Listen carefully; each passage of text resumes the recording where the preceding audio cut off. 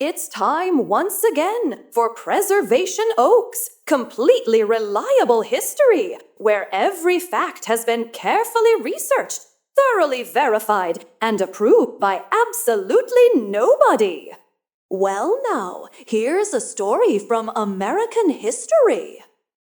This is the story of the Shortening Schism, 1923 to 1933.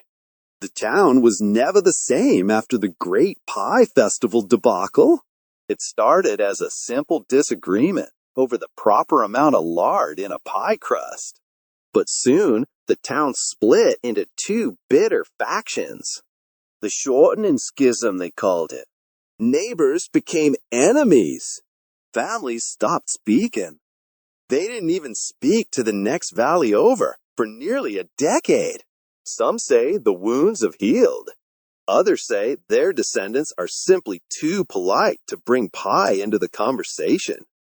If you'd like to send in your own completely reliable history story, email us at preservationoaks@gmail.com. If we use your story on the program, we'll be sure to give you credit. And now, here's the actual episode.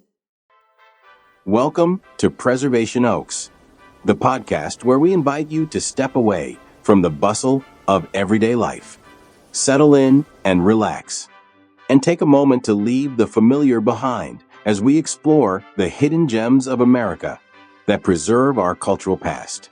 We call them our Preservation Oaks, and with each episode, we'll journey to a different corner of the country, where we'll discover the unique histories, landscapes, and communities that make up our nation. We'll visit with local museums, historical, and genealogical societies. They are the stewards of these stories.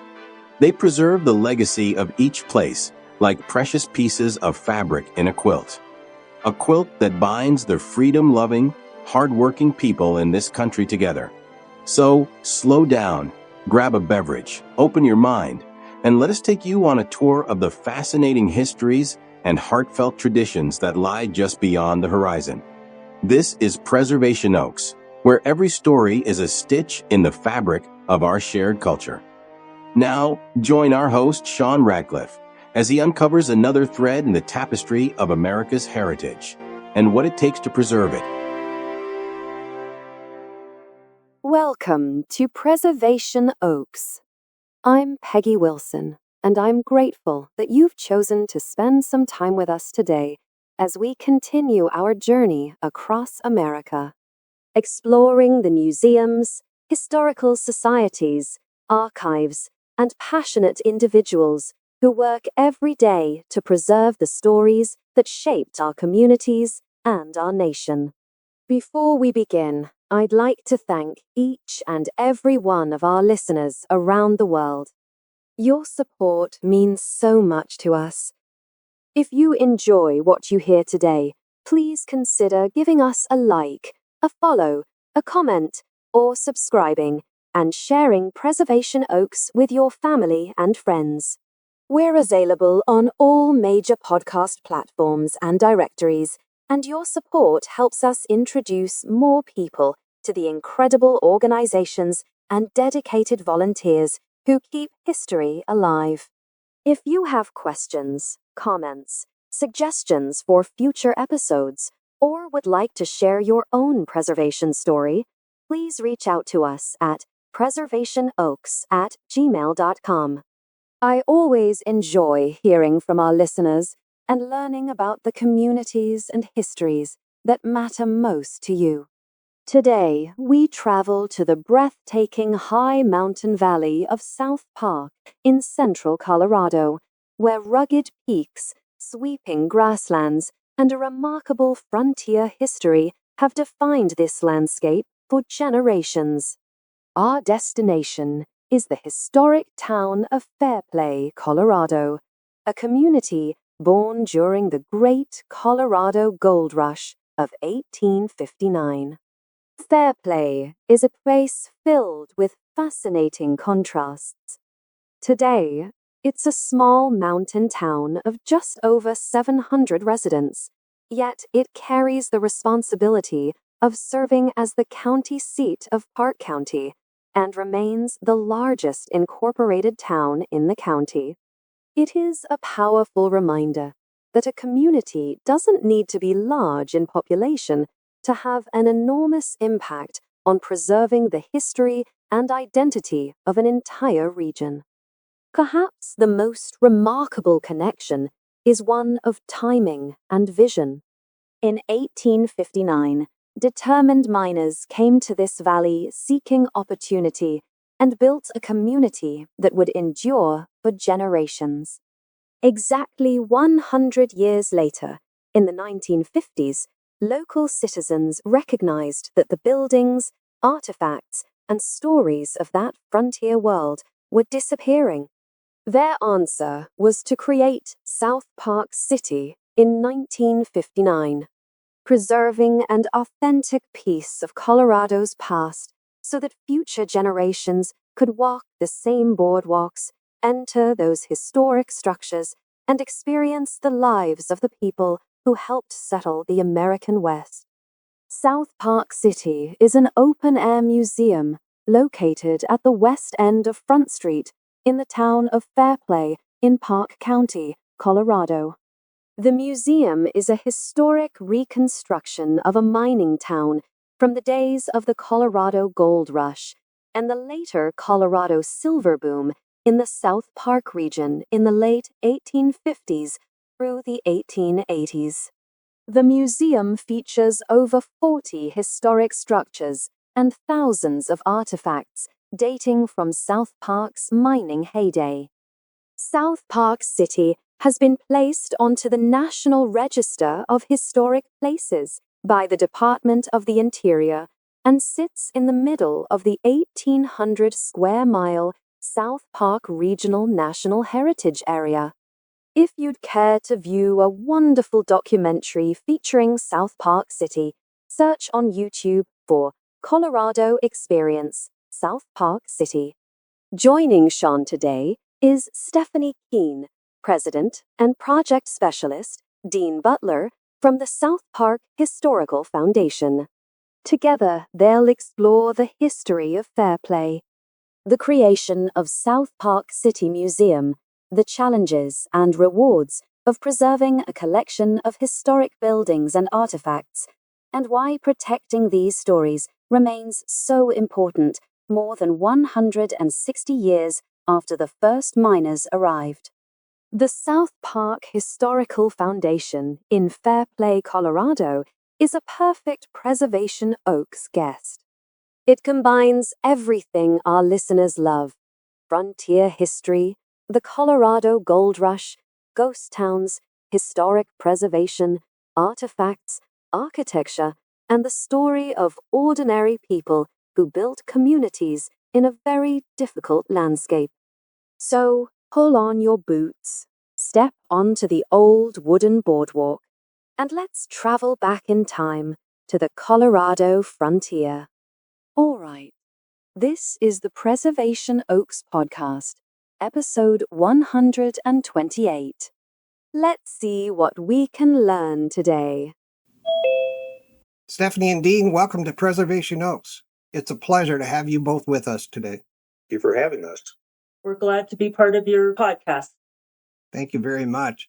South Park is such a famous name today because of the television show, but many people may not realize that it's a very real place. How often do visitors arrive expecting something from the television show, and how do you introduce them to the real history of South Park City? It's mostly younger kids that we get that question from. They come in thinking of the South Park show, and we'll talk to them in the visitor center as they begin their tour and explain to them that we are an historical museum and that South Park, the show, was based or named for the South Park area, of which we are part of, and explain that they will go in and out of the buildings and look at all of our thousands of artifacts and probably find some things that they never knew existed or had heard of but never looked at or been able to touch. And by the time they get done with the tour, most all of the kids are pretty amazed and have thoroughly enjoyed their time of being here in the museum. I have yet to talk to any of them that have been disappointed with their visit at the museum based on their expectations of the South Park show. They usually are kind of surprised that we are not part of South Park, but as far as the show goes, but they do enjoy their time here in the museum. They do kind of get a quizzical expression on their face when they do come to the guest center.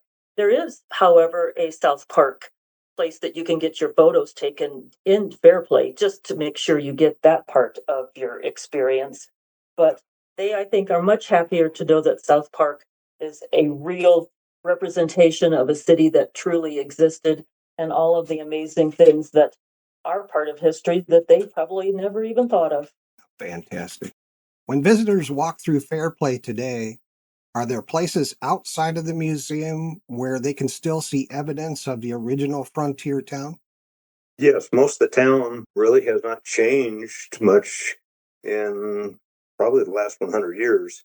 Front Street, all the buildings that I know of haven't been changed since about 1900. We had a fire go through Fairplay in 1873 and burn probably 70% of the town's business district, including quite a few of the buildings that were located here on the museum grounds. And several things got rebuilt in stone as a consequence. One part of that, and here in the museum, is the Summer Brewery. The original building was wood, and it burned in 1873 in the fire. And it was about 5 years later that Leonard Summer was able to rebuild it. And when he did, he built it in stone. He also built his saloon a couple of years later out of the same red sandstone, mostly to guard against the possibility of another fire. Yeah. But yes, there's even some cabins on the east end of town that I would date from the 1800s that people still maintain and live in. So Fairplay, fortunately, has not really been dismantled and changed like Aspen or Vale or even Breckenridge, where a lot of Main Street and the old buildings have not been torn down here in Fairplay. We really have not had a big building boom like that here in town. So most of the town is well over 100 years old. Wow. I think it would be magnificent just to sort of be dropped in there by helicopter or come in a car and get out and just walk through the whole place and look it over and go through South Park City. That would be really great. It's a great way to spend an afternoon. There are a lot of things that haven't changed. Several of them, like the jail, the courthouse. There's actually still a dredge in one of the gravel pits outside of town. You can't actually visit it, but it's sitting there. So there are quite a few things of our past that are just over the hill to take a look at. Now, the museum is celebrating the lives of ordinary people, not just famous figures. Why do you think preserving everyday history matters? I think that you have to look at the ordinary people because the ordinary people did such extraordinary things back in the day. I mean, they're the heart and the soul of the community. They're the ones that had the ingenuity. They're the ones that made do with whatever they had on hand. We didn't have Walmart and we didn't have Costco. So it was truly amazing how they were able to do extraordinary things with everyday objects. Yes, it is. Like building stone houses when their wooden house burns down. Exactly. Could I do that today? No. First of all, the city wouldn't let me. And number two, I don't have the expertise. I'd dig a hole in the ground and get in it. When visitors come to South Park City for the first time, what do you hope they feel as they walk down the wooden boardwalks and enter the historic buildings?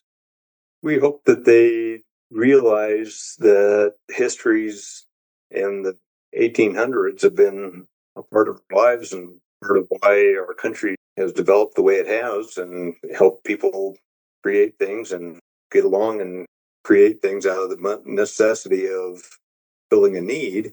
Boardwalks were actually created to help keep people's shoes from getting wet and dirty in the muddy streets when it rains. Yeah. And just hope that they enjoy the buildings and learn something and discover things that they never thought about before, as Steph mentioned. Because a lot of stuff you look, even in all the times I've been in and out of the buildings, I'm still continually finding stuff that I've probably looked at several times and never really thought about. Fantastic. I just want them to appreciate what it took to to be a pioneer. They're the fortitude, the ingenuity, and maybe on a sad note, how many children never made it past the age of 4? Yeah. 30% is what I was reading this morning anyway. Approximately 30%. There was a significant child mortality rate. Yeah. Thank you for that, Steph. Can you share some captivating stories from your Park County or Fairplay's past that truly highlight its character? That's a tough one. South Park's, because of the openness and sparse population, there's been a lot of supposedly nefarious things going on. There was a gang of quote unquote bank robbers called the Reynolds Gang, some of which some folks in our present day history have picked up the name and do some reenactments. The Reynolds Gang back in the 1800s was kind of known for robbing stages, that kind of stuff. The original Mosquito Pass going over to Leadville was originally built as a toll road, and our stage stop was brought down from up there after they created a road more or less in the 1950s to get it out of its location up on the pass. Horace and Augusta Tabor originally founded a store up in Buckskin Gulch before they moved over to Leadville and made their fame and fortune by grub staking miners over Leadville during the silver boom. South Park's been kind of boom and bust and kind of in a lot of ways a fairly quiet area as far as some of the crazy stuff that happened in the 1800s. Fantastic. Thank you for sharing that, Dean. Well, South Park in itself, there were over 46 different mining camps in the area. And some of them survived, and most of them were a boom and bust. There were a lot of other, besides mining, ranching was very necessary. There was even a salt mine that was put out by Antero Junction, the area where there's now a reservoir. They tried mining salt till the late 1869. And I think the other thing is there were many different ethnic groups that contributed to South Park's growth. And one of the major ones that played a part in the growth in mining was the Chinese community. And there were several very well-loved characters from the Chinese community that were part of Fairplay's growth. Even though they weren't allowed to actually live in Fairplay, they had to live across the river. They all were very important in the mining as well as the everyday community events, and ran laundries and helped do water carriage and were quite instrumental in making Fairplay what it is today. Oh, fantastic. Now, how did Fairplay come to be, and what pivotal moments in its history stand out to you? Fairplay was the second one called Gold Strike. The first one was up in Tarryall, and latecomers started calling Tarryall Gravel because nobody could stake a claim at Tarryall, so they came down here to Fairplay, and everybody called it Fairplay, so everybody could have a chance to stake a claim to the mining. Okay. When Fairplay was first incorporated, it had a couple different names. The first one that was actually officially incorporated was as South Park City in 1869, and it was later changed in 1874 back to Fairplay as one word. And due to that, that's why we adopted the name for the Museum of South Park City in the 1950s in honor of that period in time. That makes perfect sense. Thank you. I think one of the pivotal moments for Fairplay was really the fire that went through in 1873. I mean, as Dean alluded to, it did take out 50 buildings, and they actually had to eventually use dynamite to blow up an area to stop the fire. There wasn't any type of fire department or water brigade that could do anything to save it. So the only way they ended up fixing it was basically blowing it up. Oh, wow. Wow, they blew it up. Oh, man. Yeah, it was pretty radical. Folks, I found a statistic that really surprised me. As of the 2020 census, Fairplay had only 724 residents, and yet Fairplay serves as the county seat of Park County and is the largest incorporated town in the county.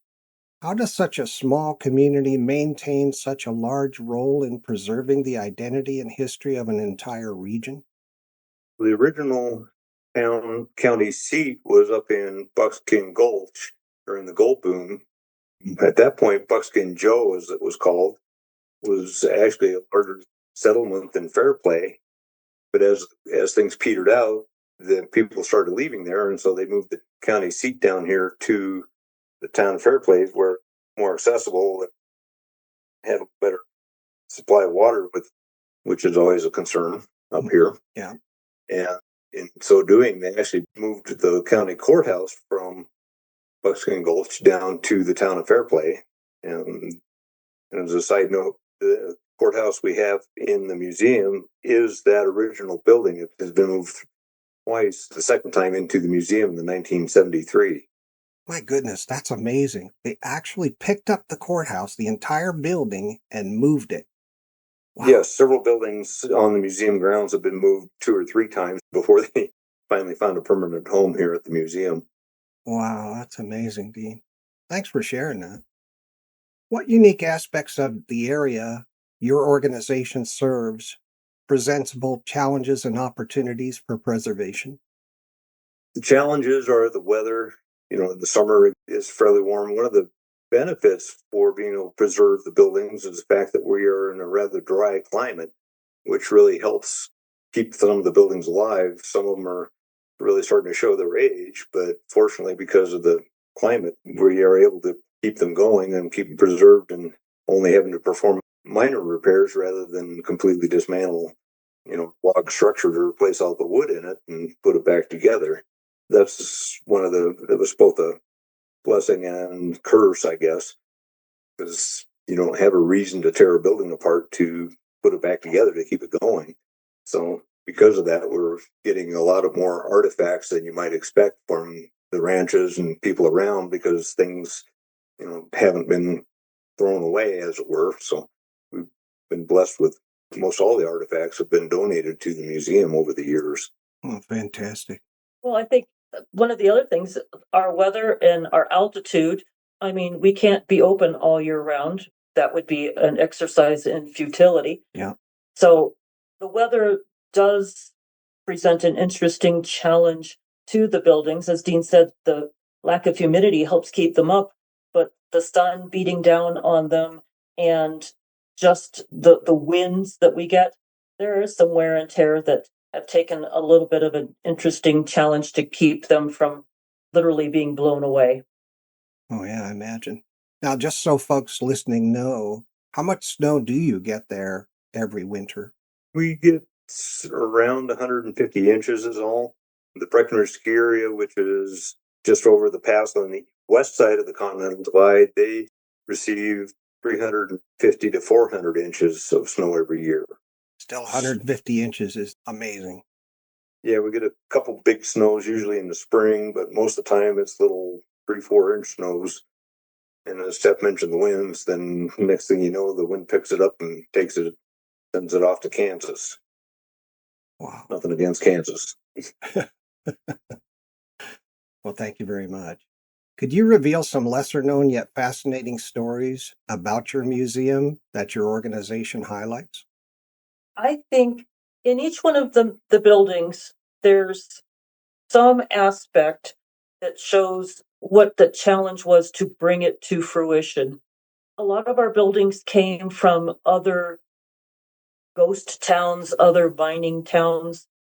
Some of our buildings came down off of Mosquito Pass, which is at 13,000 feet. And it came down on the back of an old pickup truck, a 2-story building. It wasn't moved by a professional mover. They used that in a bulldozer to bring it down off of the mountains. So just the ingenuity and the wherewithal that it took for the people that believed in this museum to get the buildings here to the city is really remarkable. Yep. God bless Leon Snyder. Fantastic. Well, if they couldn't figure out how to get it done, they put their heads together. The story is Smithsonian was supposed to receive 2 boilers from the Moose Mine, which is right near the top of Mount Bras, which is a 14,000 foot peak. And the Smithsonian people looked at them and said, boy, we'd like to have these to our collection, but we can't figure out how to get them down off the mountain. So Leon Snyder contacted one of the Alma locals, and they put their heads together, went driving up there in a Jeep in their old Oshkosh truck from World War II and hooked onto them and brought them down off the mountain. And they're both here in the museum, still being displayed to this day.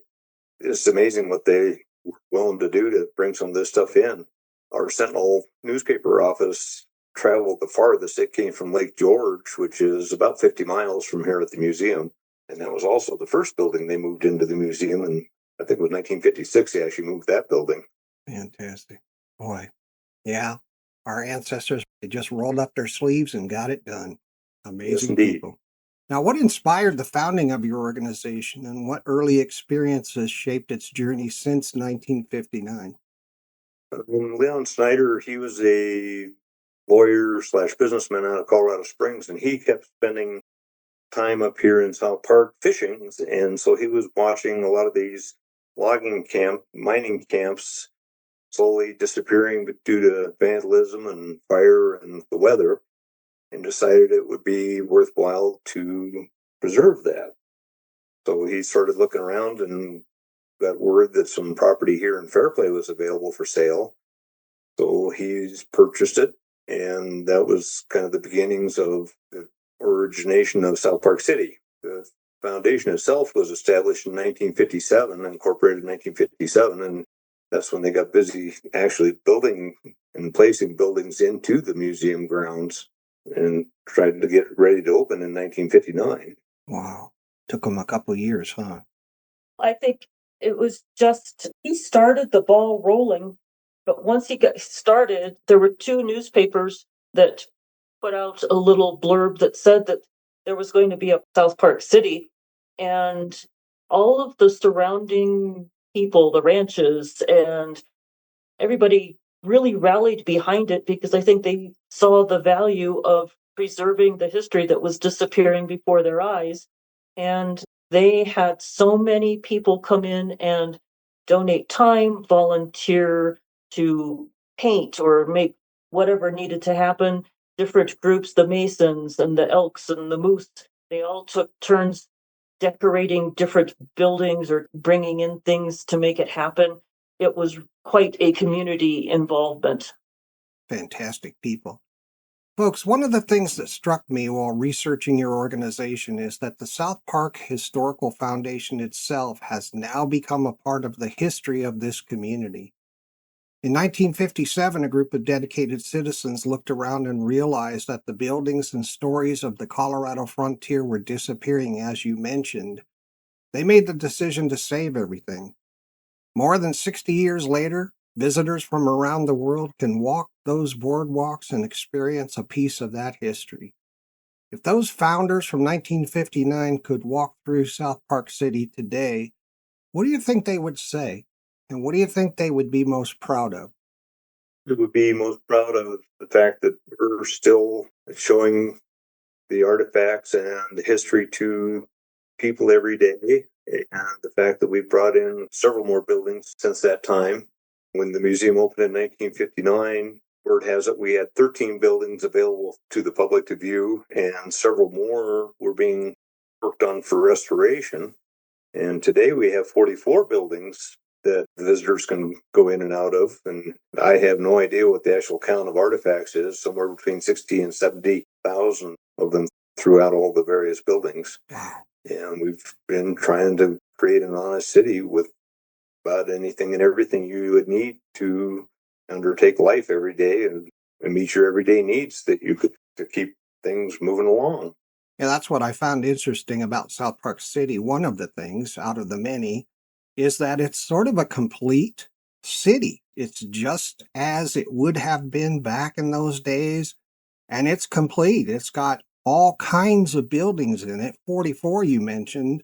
It's just wonderful that you preserved all that.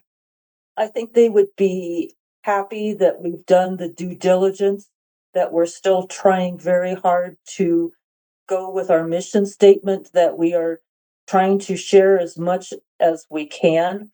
I think they would be proud to see how much we were able to do with little or no budget for multiple years.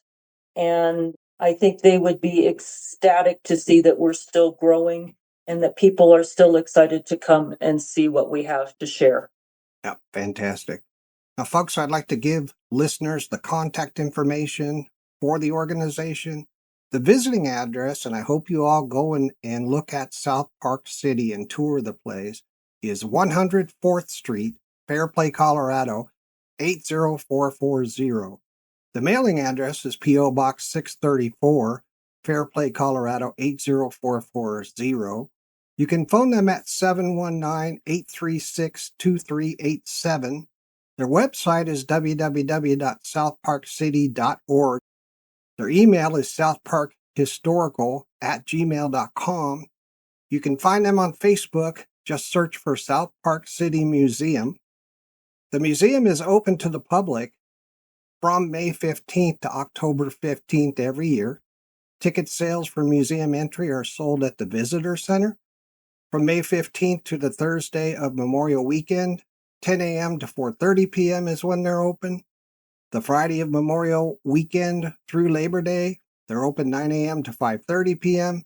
And the day after Labor Day to October 15th, they're open 10 a.m. to 4:30 p.m. Ticket prices for adults 13 and older are $12. Children between 6 and 12 are $6. And kids under 6 are free. Does that all sound right? Yes, the museum is actually open an hour and a half later than the ticket sales. Ah, good. Okay. Thank you for that. How does your organization serve the community and what are its primary goals and the demographics of its membership? Well, I think our primary goals are pretty much our mission statement, which has been to research, restore, preserve, and protect and exhibit the historical buildings that we have within the city, share our artifacts and documents, and try to engage, educate, and inspire all the people who want to come and see the museum, and not only the museum, but Park County, our historical heritage area, and the Mountain West. And our demographics are pretty much anybody who has ever come to the museum, fallen in love with it. A lot of them decide to become members and come back. Our board are all people who have grown up in the area and see the value in maintaining this community and put their heart and soul into trying to keep it alive for generations to come. Most of your members, are they in Colorado or do you have any international members? Most of them are Colorado and United States. Okay, cool. Yeah, I imagine you get visitors that come every single year from other states just because they love the place. I know that would be me. Thank you very much. Stephanie and Dean, it's time for a break for a few minutes. All right, we'll see you back here after the break. All right, fantastic. Listeners, we'll be right back after an important message about joining and supporting the South Park Historical Foundation.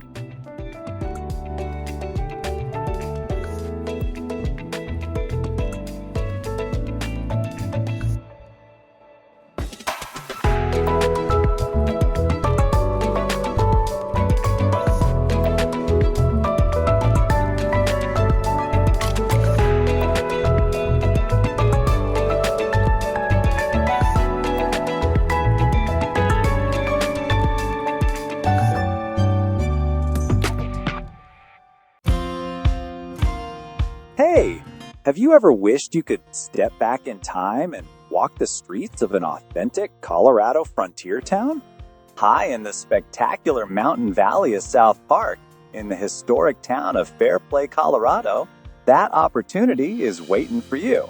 The South Park Historical Foundation invites you to visit South Park City Museum, one of the most remarkable open-air museums in the American West.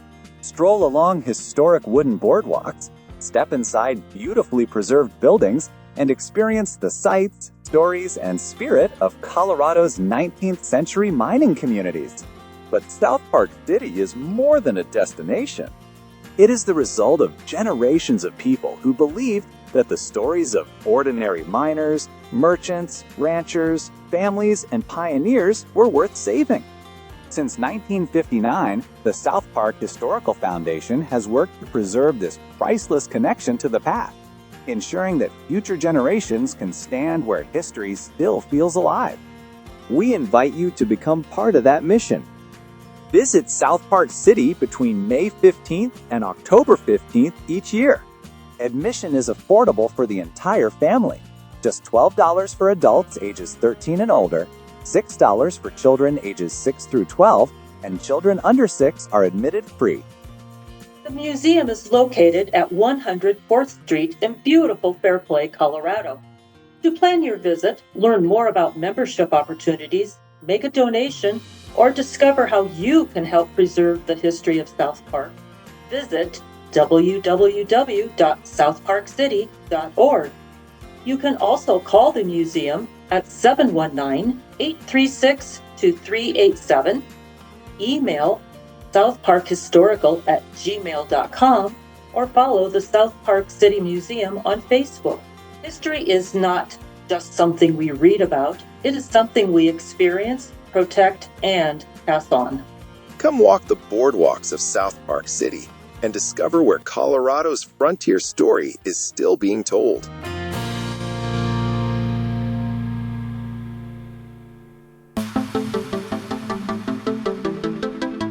Welcome to the Genealogy Lab, where curiosity meets discovery. Here's professional genealogist Diana Chrisman-Smith, a seasoned explorer of family histories, uncovering the evidence that connects us across generations. Diana opens the lab doors, and inside her lab, she'll share quick tips, cool discoveries, and smart tools to help you map out your roots like a pro. So, grab your notebooks. It's time to enhance your research with this segment of the Genealogy Lab.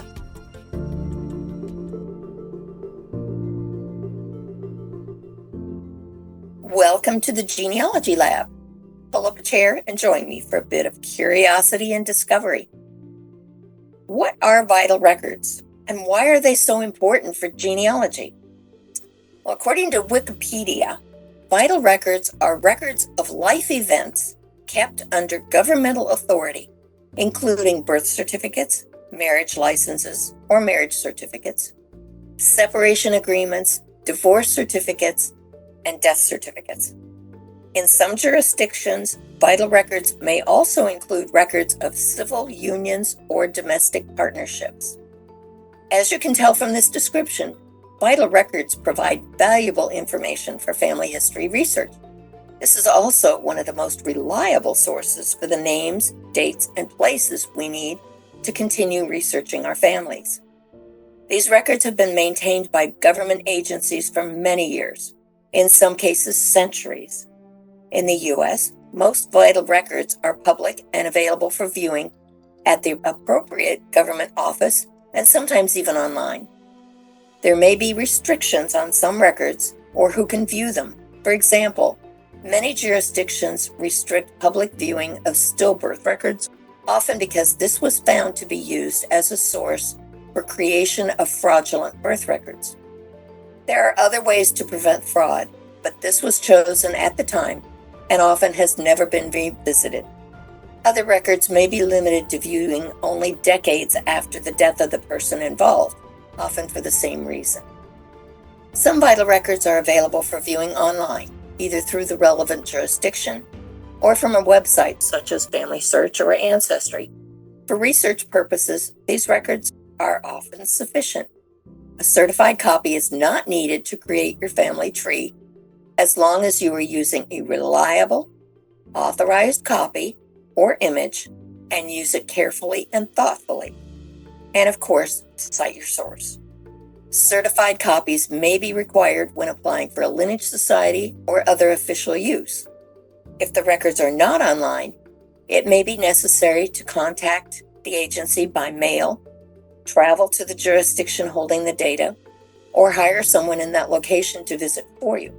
If it's your brick wall, it may be worth the expense. You need to evaluate that. Laws around the world regarding creating, maintaining, and releasing vital records for viewing have been changing over recent years, mainly due to increased volume and concerns over privacy.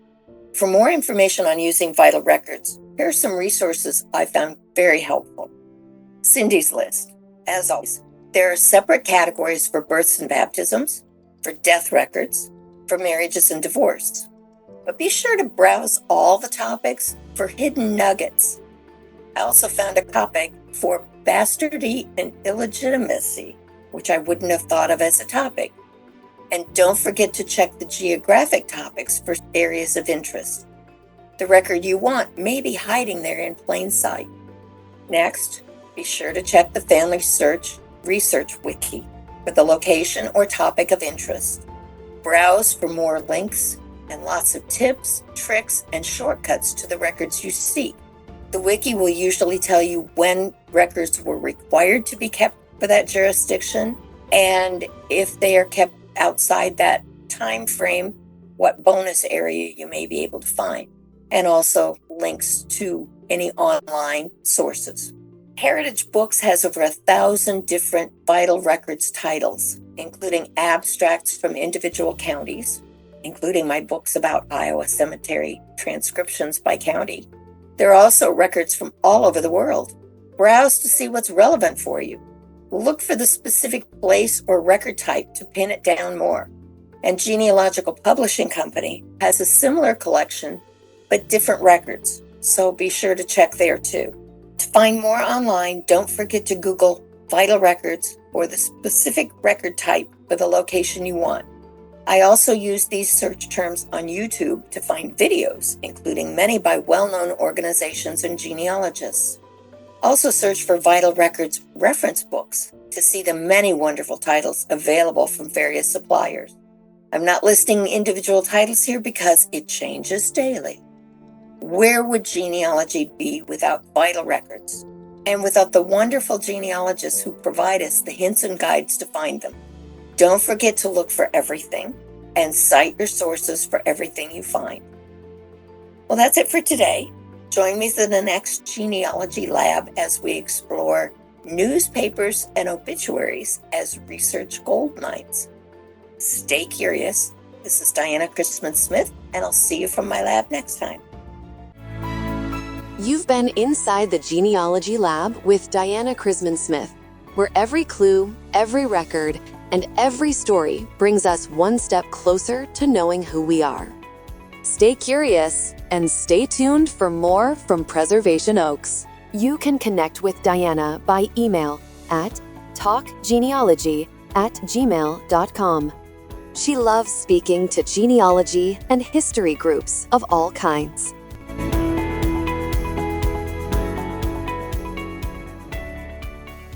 And now, back to Preservation Oaks.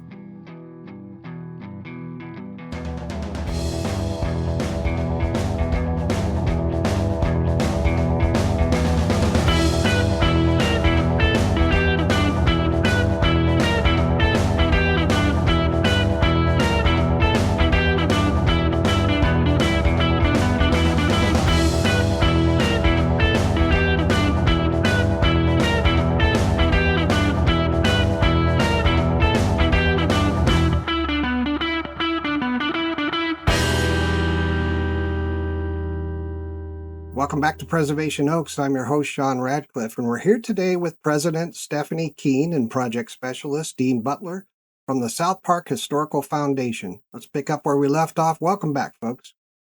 Thanks for the break. I'm ready. Let's dive deeper into the South Park Historical Foundation. Now, Stephanie and Dean, could you share your personal journey and how it led you to your current role in the organization?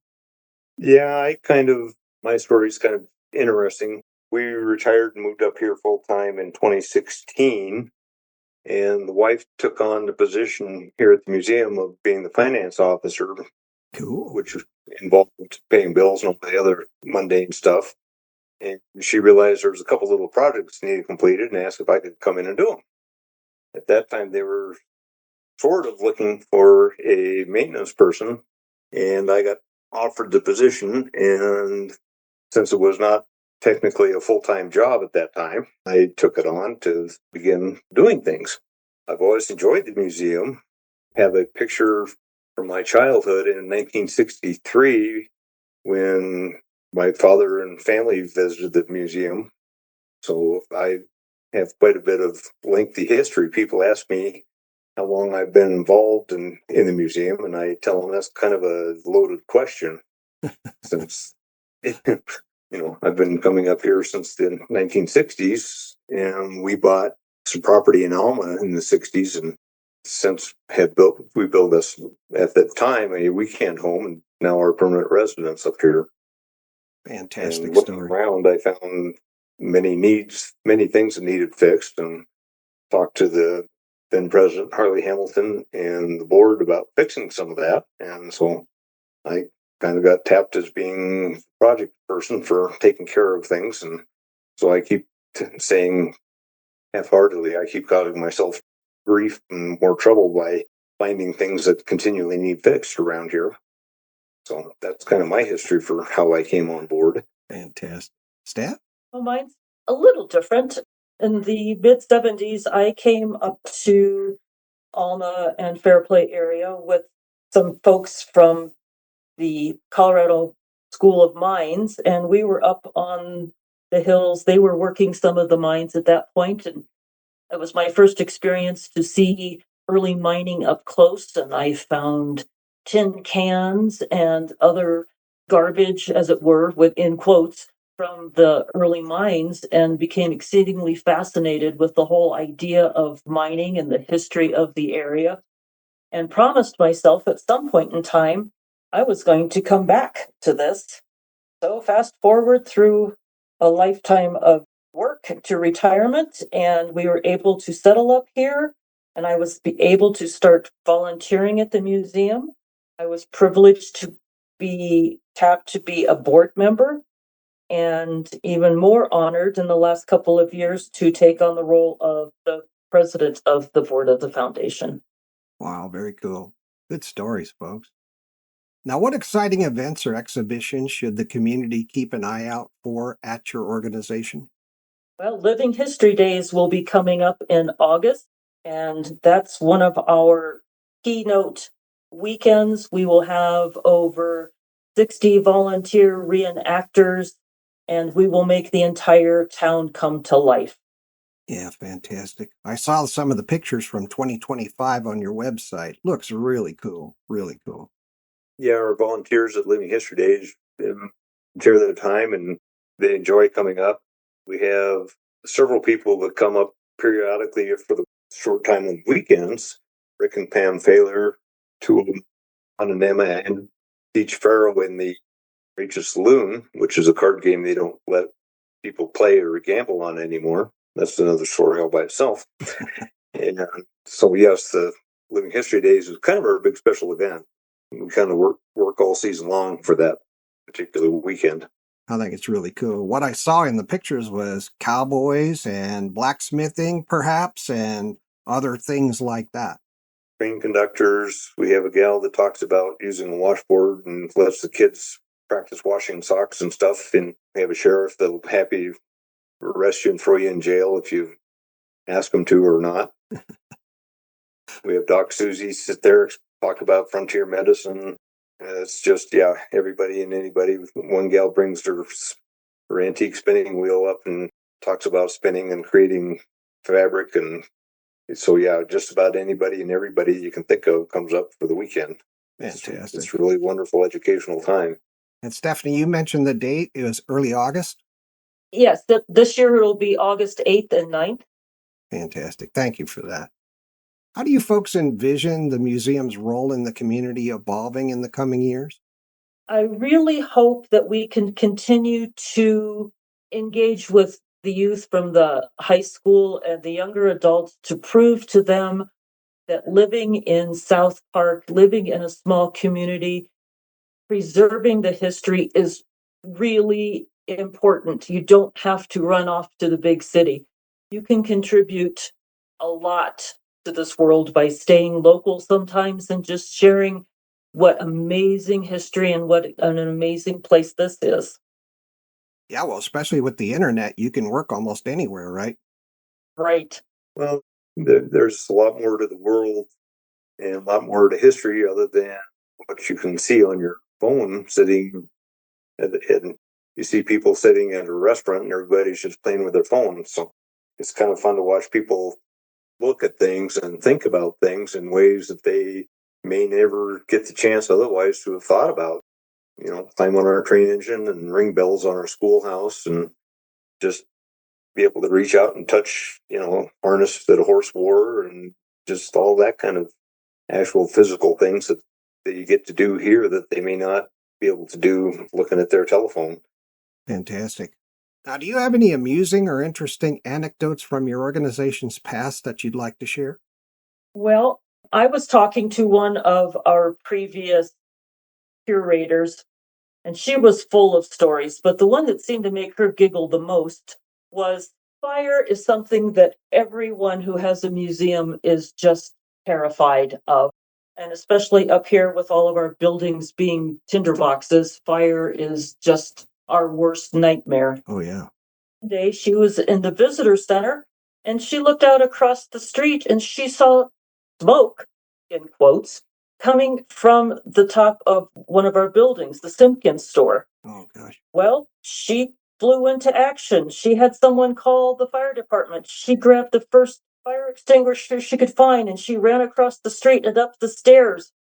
And she got up there and there was smoke behind in the Mason display. And she felt the door and it was cold. And she was like, okay, not cold smoke. So she let it settle a little bit, and it turned out that we had some fire suppression canisters put in the top of the building. It had gotten so hot in the top that they actually went off. Oh, goodness. And it was actually the fire suppression smoke that she saw. And it wasn't really fire. And it all eventually settled out. But the bad part was that there was about an inch of residue all over the entire Masonic Lodge display, and it all had to be taken down and taken out and cleaned and then put back up. But they decided that the hanging fire suppression was maybe not such a great idea. Yeah. Oh, my goodness. I'll bet that took a while, huh? And that was another interesting labor of love. Fantastic. Yeah, well, I can add one thing. Years ago, they were keeping goats here at the museum to help control the weeds and unassorted grasses. And during the day, they would lock them up back in stage barn, which did also come from Mosquito Pass. And in the late afternoon evenings, let them out and wander to feed on the various asunder weeds and grasses. Well, one afternoon, a dog scared one of the goats, and he turned around and took off right through the glass door of our drugstore. Oh, goodness.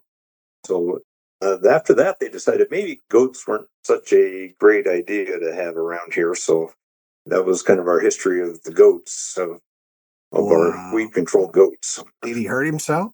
No, apparently the goat was fine. The door didn't fare quite as well. So yeah, that's a good story. Still shows some damage from that encounter. Thank you, guys. Can you recount any particularly memorable visitor experiences or feedback? People are just continually amazed at the number of artifacts we have and the fact that not all of them are encased in plastic to where they can actually get up and touch a horse harness and climb on our train engine and, like I say, ring our school and train bells, and just the number of various artifacts and the fact that we have one of about anything and five of many things that you never thought you could ever see or need. We have a soda fountain that was patented in 1879, I believe is the correct date. Oh, cool. That people can marvel at. The gal that was running it spent for 6 months when she was young learning how to do it. And we have that here. We have an incredible collection of period medicines and potions and all kinds of lotions that people, including me, get marveled at the things that they used and created to help people make it through the day. Yeah, not all of it was snake oil either. Some of it actually worked really well. Yeah, well, one of them is a medicine for when your baby's teething, and it actually contained cocaine. Oh, of course. Yeah, That would take care of give a couple drops of that, and you wouldn't have to talk to him for a few hours. that's for sure. Holy cow. Thanks for that. Now, after America's 250th anniversary and Colorado's 150th anniversary in August, what milestone comes next for your foundation? Our biggest one, I think, will be our 70th anniversary, which will be in 2029. But every year that we can actually open and have all the buildings still standing is a celebration. Oh, yeah, that's amazing, especially after that brutal winter every year. Holy cow. Can you talk about the breadth of the museum's buildings and their contents and how they truly are representative of a complete Old West mining town? That to me is so interesting. We have anything in every building you could possibly think of.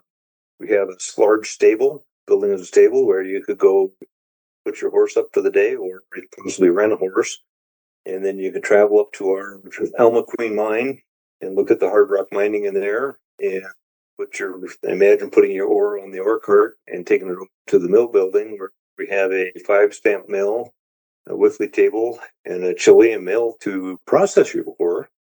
And then you can take it out the door and envision that ore getting loaded onto our narrow gauge railroad train to get shipped down to the town, and then proceed on to the train depot and look at some of the scenery and some of the amazing feats they did to keep the trains running up here in the winter. Oh, yeah. Wow. From there, you can travel into our caboose and imagine getting bounced around in that thing, looking out of the cupola windows over the skirter and the sheep curb, and then go over to Homestead House and look in there and think, ooh, this would be chilly in January. And then go down to the Stage Stop Inn and visit the upstairs, where for $2 you could sleep on a bed, or for 50 cents you could spend the night down on the floor by the big potbelly stove. And I forget what the exact cost was for a meal in our big dining room in the Stage Stop. And then next door to that, we have our blacksmith shop. Then we have a schoolhouse that was the actual schoolhouse in Garrow, Colorado. And then you can come down to visit our carpenter shop, which also he built the caskets should something bad have happened in the mine, of which, yes, we have a book of stories in the mill building about that. Oh, wow. Have a barbershop where you can go get your Saturday night bath and a shave, and then visit the dentist next door before you go over to Rachel's Saloon and carry on and get in trouble. We have 2 period homes, the Mayor House and the Pioneer House. You can visit all the furnishings in there. We have a doctor's office with all sorts of various sundry implements and instruments. We have the South Park Sentinel, which was set up by the Colorado Springs Printing Society with printing press and all that. Then next door to that, we have Simpkins Store, which has all the notions and goods and pottery ware and you name it that you could ever think of. And that's where the upstairs for the Masonic Lodge is. It's upstairs of the Simpkins Store. We have the Alma Bank, which contains the original vault door inside. Wow. And then next door to that, we have the drugstore. So we have about everything you could think of that a frontier town would have had in it, including the summer brewery. And one of the more amazing artifacts is Father Dyer's chapel, which Father Dyer was one of the founding members of the Colorado legislature. He has a stained glass portrait down in the state capitol. And that building is one of the ones that got moved twice. It was originally in the town of Montgomery, which is now in the bottom of Montgomery Reservoir up on Hoosier Pass. It got moved down here to Fairplay, and he took it apart and brought it down here, and then it got moved to another location here in the town. And then in the early 70s, it got moved over here across the street into the museum. Just amazing. Thanks for sharing that. Something that I used to do was that we have a small assay office where when the gold came out of the mine, you could take it over there and have it refined just to see how much you were going to be able to have to spend for that soiree at Rachel's Saloon. Now, many people imagine mining towns as rough places filled with only prospectors seeking gold, but communities required far more than miners to survive. What are some of the businesses and professions represented in South Park City that help tell the story of everyday life in the American West? Several of the miners back in the day found out it was more profitable and easier to make a living at doing things to support the miners, such as being a blacksmith. For obvious reasons, you need a blacksmith to help repair wagons and all the mining tools and fix tools and shovels and all the rest of it. So several of the miners went from coming out being a gold prospector to being business owners. Right. There were, as Dean had described when he was describing our town as a whole, we had grocers, we had bankers, we had a doctor, a dentist. We had ladies of the night that we actually do an evening tour to discuss some of their happenings. A lot of the boardwalk was put down to help the ladies of the night. They helped get the fire department started. They had a lot of interesting history besides being companions. Companions of the evening. Yes. Yep, makes sense. I'm sure your tour is just fantastic because there was a lot more to it than people think. We had places to pick up supplies for going up to the mine for the week, and so you needed a grocery store, and they would sometimes accept gold as payment. One story that was real common here in town, we had a miner in his burrow. The miner was named Roop, and his burrow was named Prunes. Roop would put a note with some gold in the saddle pack of prunes and give Prunes a swat and say, go to town. And so Prunes would come down here and stand in front of the store would come out, pick the note out of Prunes' saddle pack and the gold, load up the saddle pack with the goods that Roop requested, and turn them around and send them back up the hill. Oh, that's cool. And you know that's going to happen the same way when we get robots. Yep, that's part of support. Now, the South Park region experienced cycles of prosperity and decline, as you mentioned, as mining booms rose and fell. Many communities became ghost towns. How did South Park Historical Foundation identify and rescue buildings from those disappearing settlements? And are there any particularly dramatic stories of a building being saved just in time?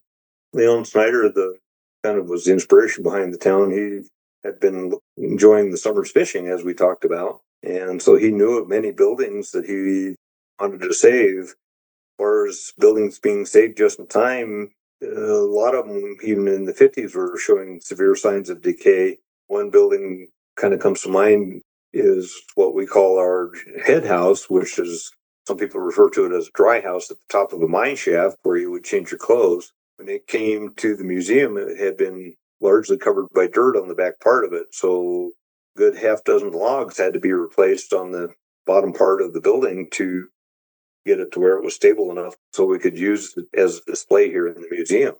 It was originally a blacksmith shop over in the town of Liebig, which currently there's one building left that had been the actual counter building for a couple hundred at one time. It was a fairly prosperous town for a while until it got abandoned. Fantastic. I think bringing Father Dyer's chapel down from Montgomery was exceedingly important because now the entire town is underwater. It's behind a dam, so the entire town's been wiped off the map. Wow, that's pretty cool. Thank you for sharing that. Steph, Dean, what recent restoration or conservation projects have been undertaken to preserve your facilities and exhibits? One of the big things we've been able to do is replace most of the split pine shingle roofs with a roof that should last, the warranty's 50 years, so cool. Should hopefully outlast some of our buildings. That's been our big improvement. It helped the museum as far as fire safety goes. We've been able to repaint several buildings and get them cleaned up. So we've been kind of busy on some of the bigger maintenance projects that we had as a backlog. So we've been fortunate in that department to get a lot of that caught up. Well, great job. Yeah, very cool. We've also, along with the roofs, done a little bit of gutters, maybe not the most period appropriate, but we're keeping the water off the foundations so that the buildings keep standing. Yeah, very important. We try to stay as authentic and in our view that we can. Yeah. Some of which is pretty tricky to do with availability of materials and changing times. And at the same time, trying to keep the building safe from the environment. Yeah. So we can keep them going as long as we possibly can. I want them to be here 200 years from now. It's very important that they are. It's just constant maintenance. So good job. Do you have any plans for expanding the museum space or its collection in the near future?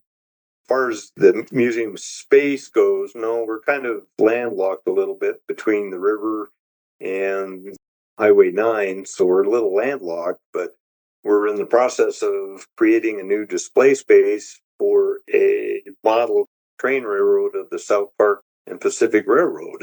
Cool.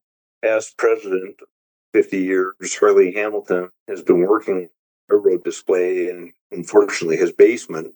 The building is about 600 square feet that we're creating for it, and the display itself covers about 400 square feet of the building. Wow, that's big. He's been working on that for some time, huh? He's been working on it for 30-some years. Wow.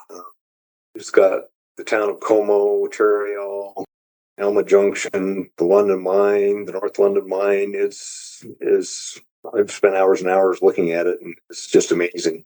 Fantastic. I'm glad you're doing that. When will that be available? It should be open next spring, assuming I can get it all put back together this fall and get it ready to go. That's been my project this year, my big project. Wow, that is a big project too. So folks, what's the most valuable ancient or popular exhibit or artifact in your collection? Probably our quote-unquote most valuable is a painting by Charles Craig that spent time down in Colorado Springs that was donated to us. We call the painting Rachel. It's a very large nude picture of a Victorian lady. It was fairly popular with the young gentlemen, shall we say. As far as popular, one of our more popular things is certainly the narrow gauge train engine. The kids can climb all over, ring the bell. It's a great place to take pictures of the kids and the family. Fantastic. Next most popular probably would be our stone jail. You can put mom and grandma behind bars in our jail and take a picture of it, so you can send it off to the rest of the family saying, gee, look what happened to mom. Yeah. That's one of our popular displays, popular buildings as well.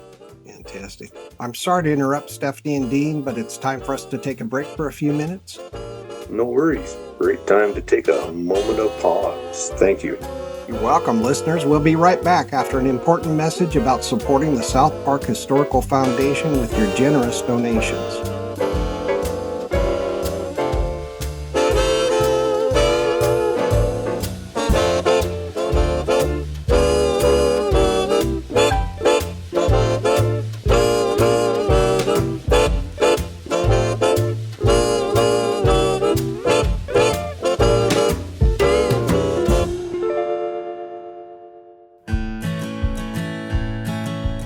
In the mountains of Colorado, along the wooden boardwalks of South Park City, the voices of the past still echo.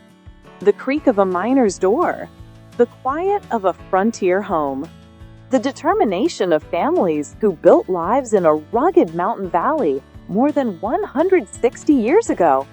But places like this do not preserve themselves. In 1959, 100 years after Fairplay was founded during the Colorado Gold Rush, visionary members of the community looked around and realized that the buildings, artifacts, and stories of the Old West were disappearing. They made a commitment to save them. Today, the South Park Historical Foundation carries that promise forward. Through the preservation of historic structures, thousands of artifacts, and the stories of ordinary people who shaped Colorado's frontier, South Park City in Fairplay, Colorado, allows visitors to walk through history rather than simply read about it. But preserving the past requires the support of people who believe that these stories matter. Your generous financial donations help protect historic buildings from the harsh Colorado mountain climate, care for priceless artifacts, improve educational programs, and ensure that future generations can experience the spirit of the American frontier. We invite you to become a guardian of history. To make a donation, visit South Park Historical Foundation online at www.southparkcity.org and click the donate button on the homepage. You may also call 719-836-2387 or email southparkhistorical@gmail.com. Or you can also follow us, South Park City Museum, on Facebook. The miners of 1859 built a community. The preservationists of 1959 saved its story. The question for us today is simple. Will we help carry that story forward? Please support the South Park Historical Foundation and help preserve a living piece of Colorado and American history.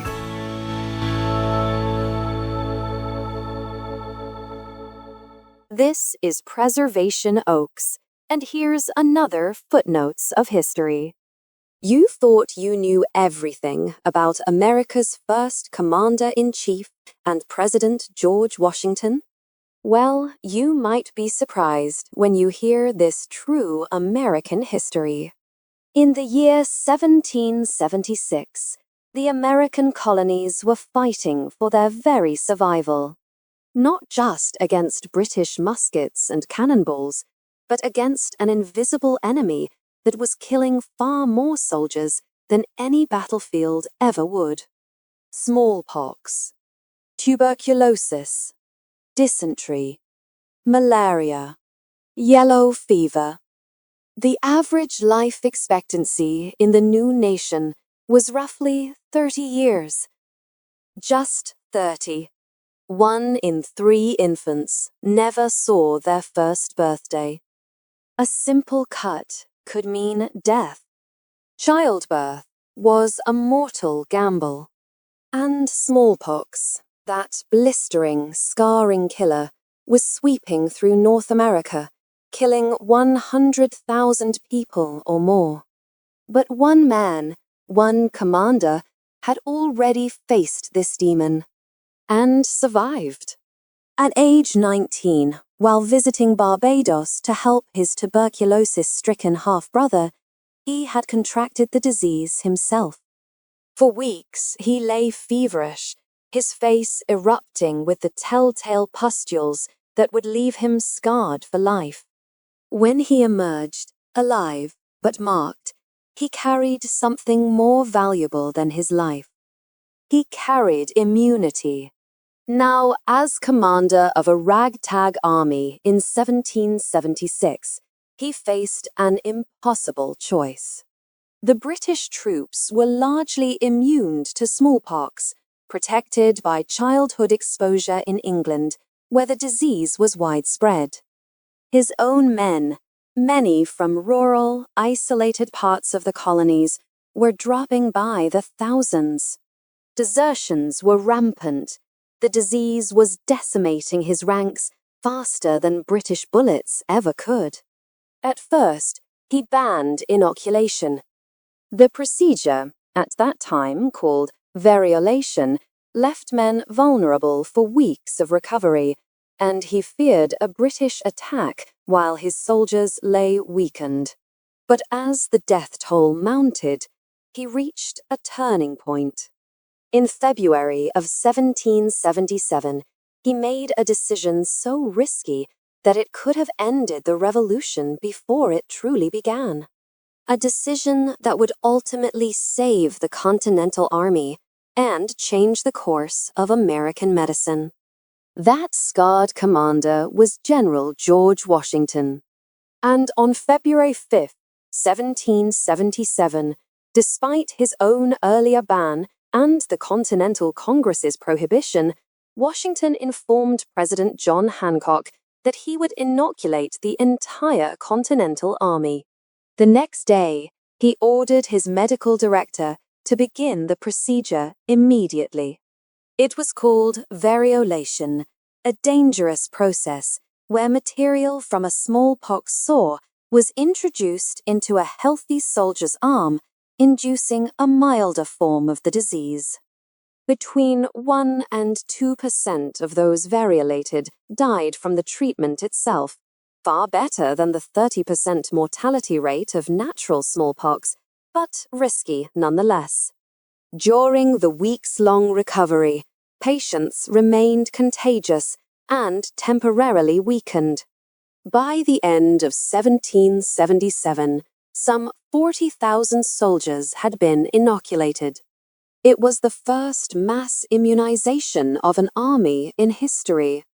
And it worked. Where smallpox had once killed 10 times more soldiers than combat, Washington's army emerged with immunity that the British had long possessed. Today, life expectancy has nearly tripled, from roughly 30 years to nearly 80. The diseases that once killed our ancestors, smallpox, tuberculosis, dysentery, have been conquered by vaccines, antibiotics, and the germ theory that Washington's desperate gamble helped validate. The disease smallpox itself was eradicated worldwide in 1980, the first human disease ever eliminated by human effort. This has been another Footnotes of History brought to you by Preservation Oaks. Because one scarred general dared to change his mind and trust science over superstition, the American experiment survived. And now, back to Preservation Oaks.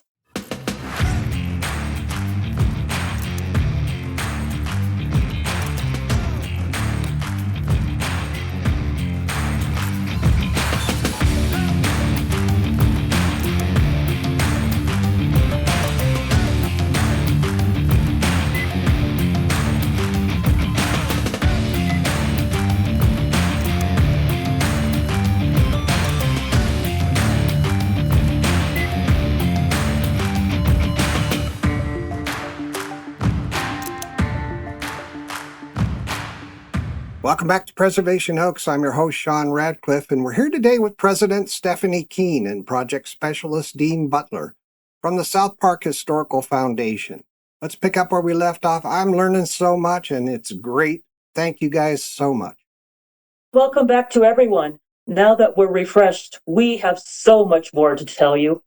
Fantastic. I also want to mention, ladies and gentlemen, South Park City is an ideal place for filmmakers looking for an authentic Old West location.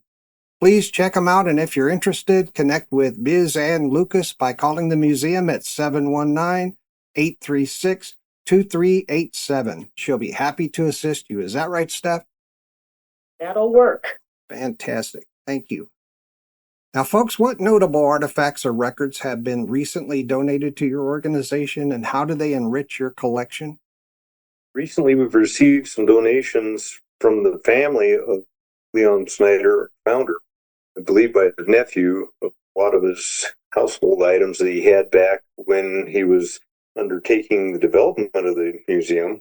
Process of getting those cataloged and trying to decide if we're going to make a display just of those items or integrate them in with other displays on the museum grounds. So that's kind of a remarkable thing to fall into, shall we say, that we're looking forward to be able to make use of. It sure is, especially since he was doing all that work in the late 50s, and it's just coming to you now. That is amazing. What tools or software do you use to manage and catalog your collections? We're using Past Perfect. Fantastic. Good tool. Good tool.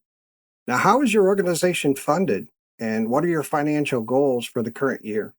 We get donations from the public, which are always graciously appreciated. Our ticket sales make up a good portion of our funds. We've been able to write several grants, and the Anschutz Foundation has also granted us money each year for the past several years that have gone towards our restoration projects. Oh, fantastic. And our financial goals are just basically to break even and keep everybody paid so we can keep the doors open. No kidding. When I hear the word foundation, which your organization is called, I think of, like a trust that's, put away and that you earn interest off of, and that comes into you as part of your budget. Is that a true statement or no? For many years, there was absolutely no budget. There wasn't any type of money that was put aside. we have in the past 10, 15 years been gifted two rather generous donations that we now do have a bank account that we can depend on a little bit and use some of the interest money to accomplish some of the goals that Dean has elicited to. Okay, fantastic. That's great. And people, how can they donate? Can they donate off your website, or what's the best way to do that? Yes, we do have the ability to donate on the website, or a direct monetary gift. We have, obviously, here at the museum, places people can give us additional donations beside their admissions fee, along with membership fees. So there is several ways for people to donate and help the museum. Okay. The larger donations, people have contacted us and asked if we've been willing to accept them. Of course, we have more than happy to graciously accept the larger donations, which has been tremendous help in keeping things going. Fantastic.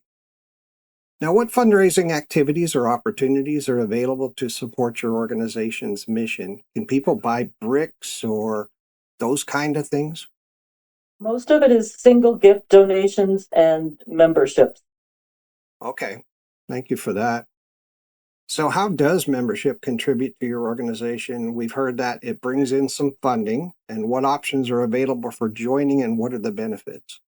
We have annual memberships that you can have an individual, a couple, or a family.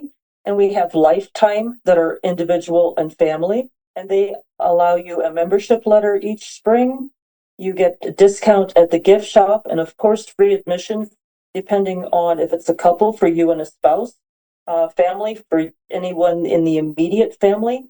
And it's just the more people that we get in here with our memberships, the more we seem to be able to share with other people. Yeah, that's fantastic. A lifetime membership. And it's reasonable too. How much are memberships? The annuals start at $20 for an individual. A couple is $40, a family is $60. The lifetime individual is $125 and the family is $250. And one thing that we've noticed with these families, that they'll bring back their children, and the next thing you know, there's grandparents, family, and then little kids. They just keep growing. Yeah, fantastic. Thank you for that. I hope everybody gets a membership and gives generously every single year. So how do you collaborate with the schools in the area to educate students about local history? We make sure that it's available to anybody who wants to bring a field trip or tour.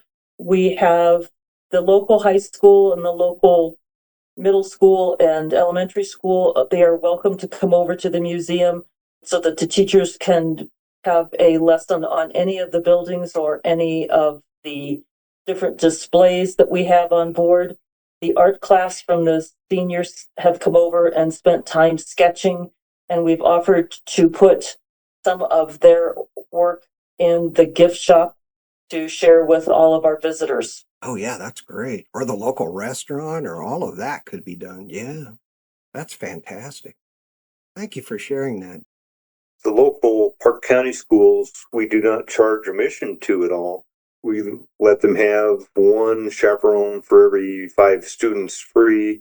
So if mom and dad and great aunt want to come, we would charge some additional admission charges to them. But the schools and the students themselves, we do not charge admission for the Park County people. That's a great policy. Out of county schools, we do charge a discounted rate for. Wow, nice policy. Thank you for sharing that. Can you discuss any scholarship programs your organization offers? We have been able to provide 2 scholarships to any Park County resident, and it could be for any type of future education. It could be college or a trade school. We don't put any GPA requirement on it because we want to get everybody the opportunity to become whatever they can be. Our biggest piece to our scholarships is that we ask that our applicants handwrite an essay regarding something that has to do with an artifact or something in the museum. Describe how your growing up in South Park has shaped you as a person, or describe what your life would be like as a teenager in the 1880s. Oh, cool. That is very cool. That's very nice of you to do that. Thanks for that. Now, what volunteer opportunities are available for community members looking to get involved? We have the Living History Days, as well as a couple of the other smaller events that the community sponsors, so accept volunteers for. As far as some of the maintenance and bigger projects here at the museum, periodically we will ask for some volunteers just because it takes more than one set of hands to do some of these bigger projects for 1 or 2 days at a time. But fortunately, we've always been able to fulfill those needs when we've asked people to, ask for help, for people to come help us with things. Okay. So if somebody's willing to volunteer or has some interest in a specific thing, they're more than welcome to contact us, and we will see what we can do to accommodate their interest. You have any specific jobs for volunteers right now that is needed? Right at the moment, not so much. We do have Living History Days coming up the second weekend of August. Oh, right. So if somebody has a particular interest in a setting or field of endeavor, then please contact us and see what we can do to have them come in and enjoy the weekend. Fantastic. Thank you for sharing that.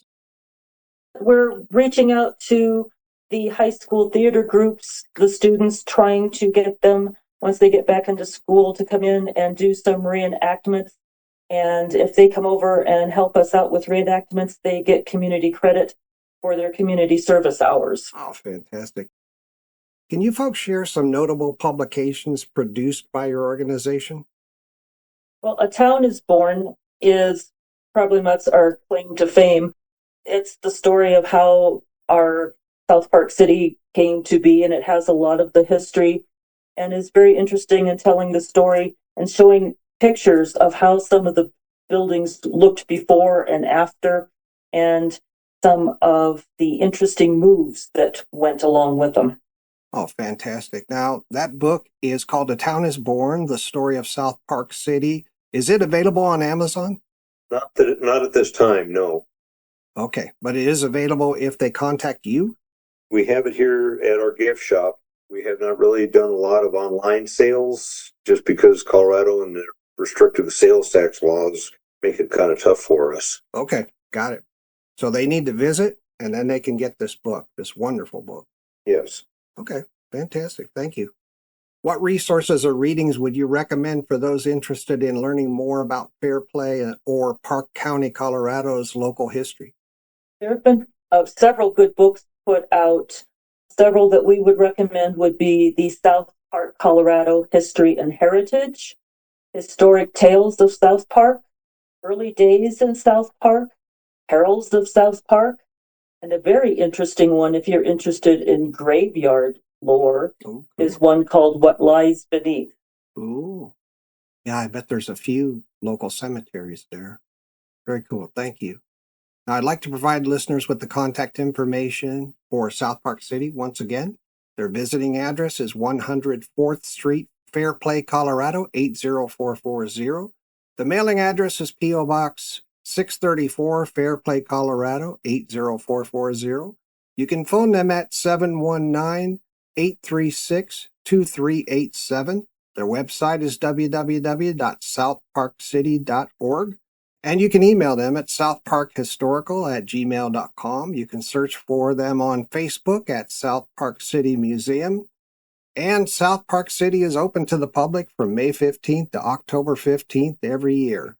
If you want more details about when they're open, how you get tickets, all of that stuff, please go to their website at www.southparkcity.org. What features or resources can visitors explore on your organization's website? We have recently had to change website providers, so that kind of threw a wrinkle into a couple aspects we're still working out. We have a photo gallery you can look at on it. You can make a donation on it at most any time, and we're trying to get the membership portal straightened out on it. That's the wrinkle that really got messed up when we had to change providers. Always does. It's hard maintaining a good website, let me tell you.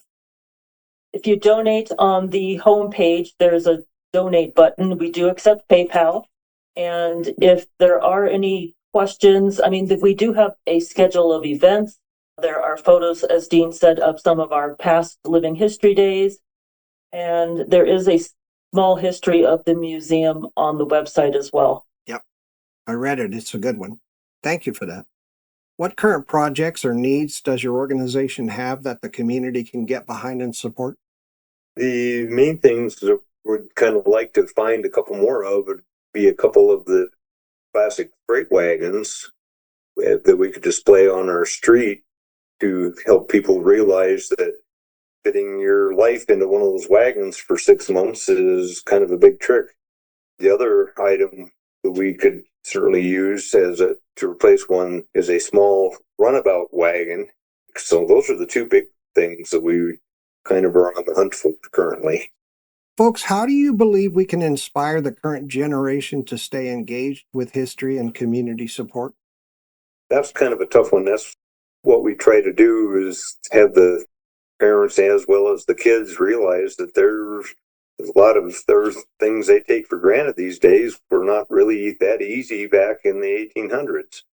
One of the buildings I kind of get a kick out of talking to people about is our print shop. The younger generation come out and I look at them and say, do you realize that's the original text messaging? Was to print it on a piece of paper and hand it to somebody? Yeah, that's a good one. That is true. I think just making it available and being hands-on, I think that makes them really understand, as Dean alluded to, the fact that things weren't always that easy. And by sharing all of these wonderful artifacts that we have with the public, they take it back to their communities and share some of their ideas or some of the things they saw.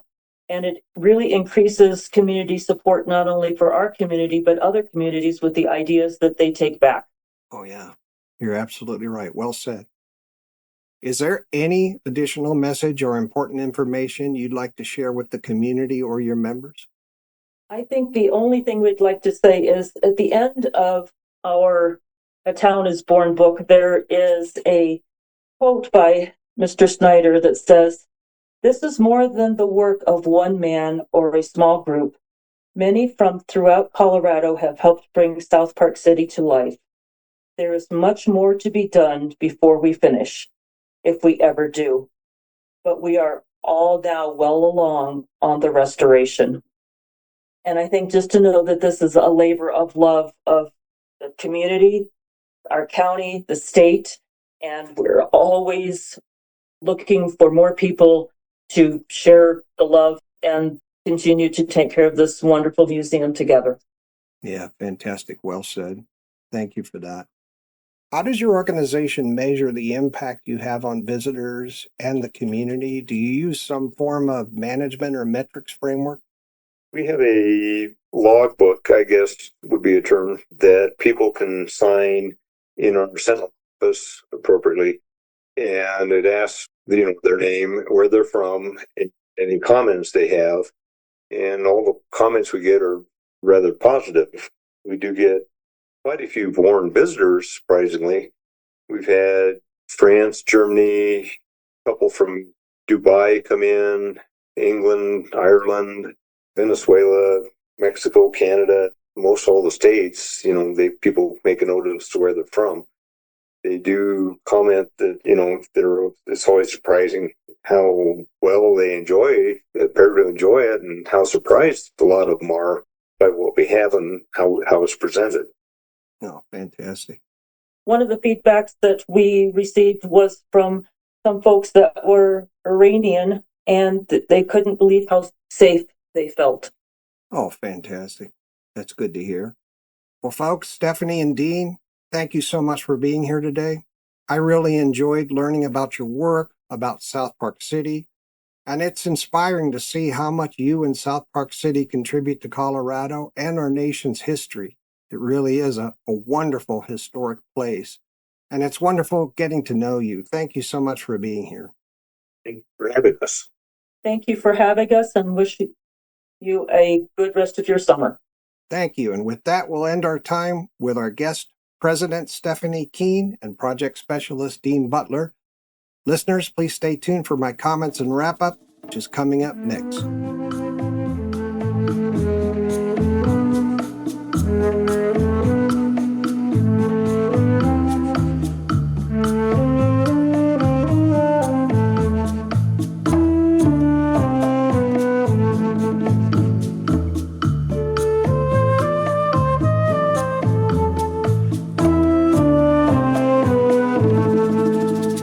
It's Peggy Wilson again, standing in for Sean Radcliff to wrap up today's episode. And what a great episode! As we bring today's visit to Fairplay and South Park City to a close, I'd like to leave you with just a few thoughts. One of the greatest privileges of bringing you all the Preservation Oaks podcast is that every couple of weeks we have the opportunity to sit down with people from another corner of America who have devoted a portion of their lives to preserving something much larger than themselves. Today's guests, President Stephanie Kuenn and Project Specialist Dean Butler of the South Park Historical Foundation in Fairplay, Colorado, are two such people. Sometimes, after an interview, I find myself reflecting less on the buildings, the artifacts, or even the history itself, and more on the people entrusted with preserving it. Stephanie and Dean are what many of us would simply call the salt of the earth. You can hear it in their voices. You can hear it in the respect they have for those who came before them. You can hear it in the excitement they still have after walking those same wooden boardwalks countless times. They are intelligent, thoughtful, knowledgeable, and deeply committed people who have quietly accepted the responsibility of preserving an extraordinary chapter of American history for all of us. On behalf of everyone listening, Stephanie and Dean, thank you. Thank you for sharing your knowledge. Thank you for sharing your stories. Most importantly, thank you for dedicating your time and your talents to ensuring that future generations will still be able to experience South Park City long after we're all gone. South Park City is much more than an outdoor museum. It is a living reminder of the courage, determination, ingenuity, and resilience that built the American West. Located in the heart of Park County and uniquely situated within the center of the South Park National Heritage Area, established by the United States Congress in 2009, this remarkable place preserves not simply buildings, but an entire way of life. When you walk through South Park City, you're not just looking at history. You're walking through it. You're standing where merchants sold supplies to miners. You're entering homes where families raise children under difficult conditions. You're stepping inside businesses where blacksmiths, doctors, printers, teachers, bankers, shopkeepers, saloon owners, ministers, ranchers, and craftsmen all played their part in building communities that would eventually become the Colorado we know today. History often celebrates famous people.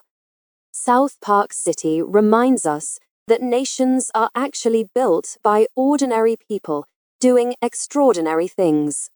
That thought came through repeatedly during today's conversation. Stephanie spoke so beautifully about preserving the lives of everyday people because they were truly the heart and soul of their communities. Dean reminded us that these pioneers accomplished incredible things without modern conveniences. Without power tools, without trucks, without home improvement stores, and often with little more than determination, hard work, and the willingness to roll up their sleeves and solve whatever problem stood before them. We smiled several times during today's interview, listening to the stories they shared. Children arriving expecting something connected with the television show South Park, only to leave amazed after discovering the real South Park. Entire historic buildings, carefully rescued from forgotten mining camps and painstakingly moved over mountain passes so they would not disappear forever.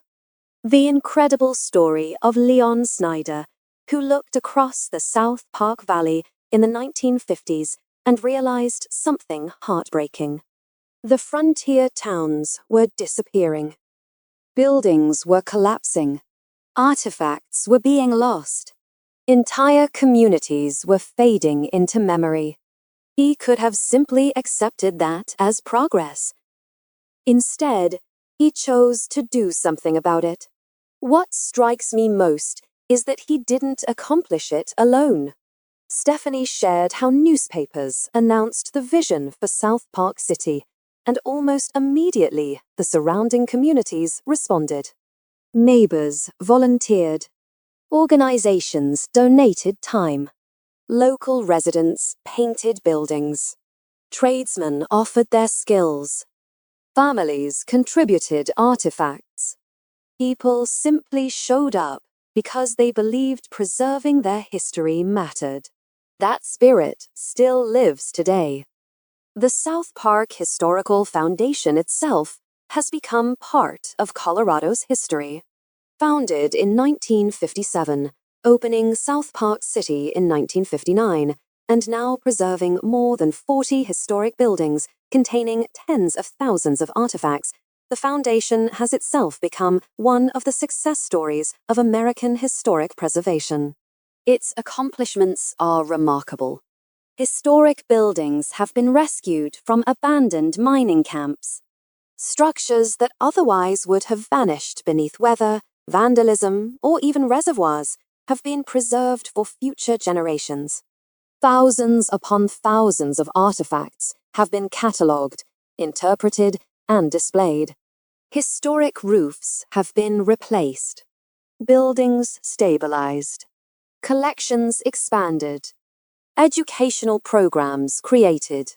Living History Days have grown into one of the signature events in the region, bringing history alive through volunteers who happily donate their weekends so children and adults alike can experience life as it once was.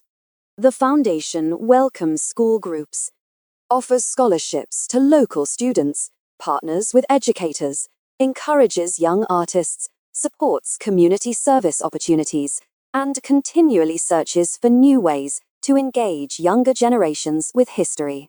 That is no small accomplishment. But perhaps what impressed me even more than what they've already achieved was hearing what still remains to be done. Historic preservation is never finished. As Leon Snyder wisely observed decades ago, there is always more restoration ahead. The Colorado mountains are beautiful, but they are not gentle. Snow, wind, sun, time. Every season leaves its mark on buildings that are now well over a century old. Every artifact must be cared for. Every roof eventually needs replacing. Every display requires maintenance. Every visitor center needs volunteers. Every educational program needs support. Preservation is not a destination. It is a promise renewed every single day. During today's conversation, Stephanie and Dean never complained about these responsibilities. Instead, they simply spoke about them as part of the privilege of caring for something larger than themselves. That, to me, speaks volumes about their character. As listeners of Preservation Oaks, we often say that history belongs to all of us. If that is true, then preserving history becomes a responsibility shared by all of us as well. If you find yourself traveling through Colorado between May 15th and October 15th, I sincerely hope you'll make time to visit South Park City in Fairplay. Spend an afternoon walking its boardwalks. Climb aboard the narrow-gauge locomotive. Visit the schoolhouse. Step inside the doctor's office. Explore the assay office, the blacksmith shop, the newspaper office, the bank, the saloon, the chapel, the homes, the jail, and the dozens of other buildings that together tell the story of life in one of Colorado's great frontier communities. You'll come away with a deeper appreciation not only for South Park, but for the remarkable people whose perseverance helped build our nation. If you live nearby, consider becoming a member. Memberships are one of the simplest and most meaningful ways to help ensure this museum remains vibrant for generations to come. If you're able, consider making a financial donation. Every contribution, large or small, helps preserve historic buildings, protect priceless artifacts, improve educational programming, and support the dedicated people who continue this important work. If you're someone who enjoys volunteering, reach out to the foundation. Whether your interests involve history, maintenance, education, living history days, community events, or simply lending a helping hand when needed, volunteers remain one of the greatest strengths of organizations like this. History has always been preserved by people who cared enough to act. Finally, let me leave you with one thought. Throughout this episode, we talked about miners, ranchers, merchants, teachers, doctors, blacksmiths, newspapermen, railroad workers, mothers, fathers, children, and countless ordinary citizens who built communities in the rugged Colorado mountains. Most of their names have been forgotten. Yet, because places like South Park City exist, their lives have not been forgotten. Their struggles still teach. Their ingenuity still inspires. Their perseverance still encourages us. And perhaps that is one of the greatest gifts historical societies give to our country. They quietly remind us that history is not simply about the famous. It is about all of us. Every generation inherits a story. Every generation adds a chapter. And every generation decides what will be remembered. The South Park Historical Foundation has chosen to remember. May we be just as faithful in preserving the stories entrusted to our own communities. Our heartfelt thanks once again to President Stephanie Kuenn and Project Specialist Dean Butler for joining us on Preservation Oaks. If you would like to learn more, plan your visit, become a member, volunteer, or make a donation, you can visit South Park City at 104th Street, Fairplay, Colorado, 80440. Their mailing address is P.O. Box 634, Fairplay, Colorado, 80440. You can reach them by phone at 719-836-2387. Visit their website at www.southparkcity.org. Email them at southparkhistorical@gmail.com or simply search Facebook for South Park City Museum. I truly hope you'll support them in whatever way you can. Because places like South Park City don't preserve themselves. They are preserved by people. People like Stephanie. People like Dean. People like Leon Snyder. And perhaps, after today's episode, people like you. For anyone seeking to understand the true character of the American West, not the Hollywood version, but the gritty reality of boomtown existence, South Park City offers an unmatched experience. It's a place where history isn't behind glass, it's all around you, in the creak of floorboards and the weight of iron tools, waiting to be discovered. It is, without a doubt, one of the most uniquely historical places in Colorado. It's really a national treasure.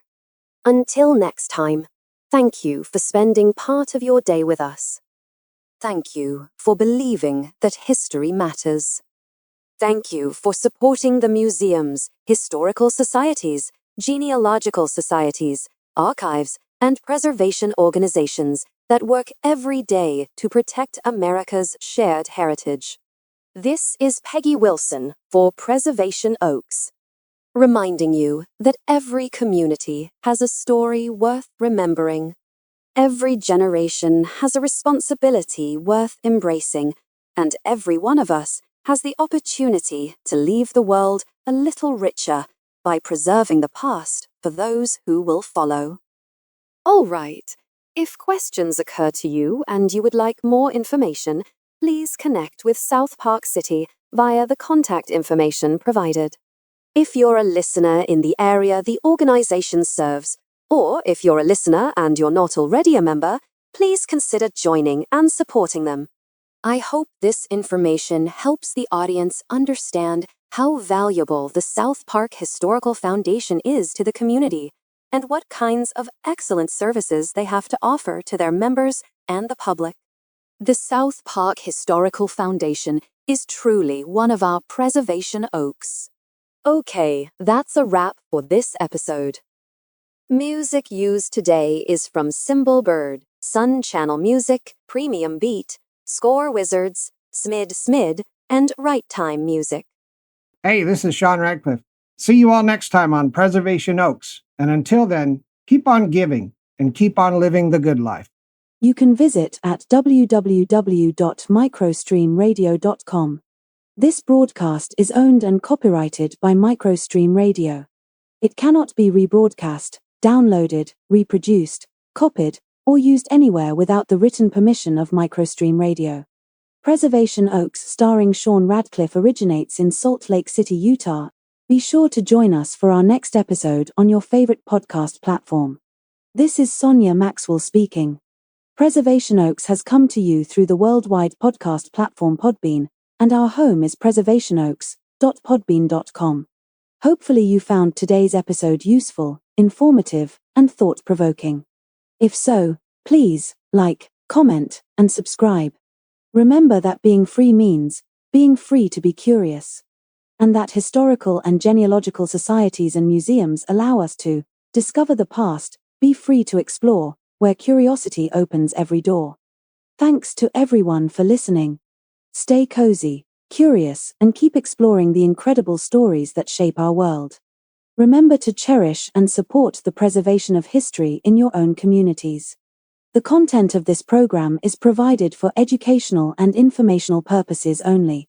Some material included in this program may be copyrighted by third parties. However, under Section 107 of the U.S. Copyright Act, the doctrine of fair use allows the limited use of copyrighted material without requiring permission from the rights holders when used for purposes such as education, criticism, commentary, news reporting, teaching, scholarship, and research. These uses are legally permitted even if they might otherwise constitute infringement. If you wish to use copyrighted material from this program for purposes beyond fair use, you must obtain permission from the copyright owner. If you believe your copyrighted material has been used in this program in a way that does not qualify as fair use, please contact us at Preservation Oaks at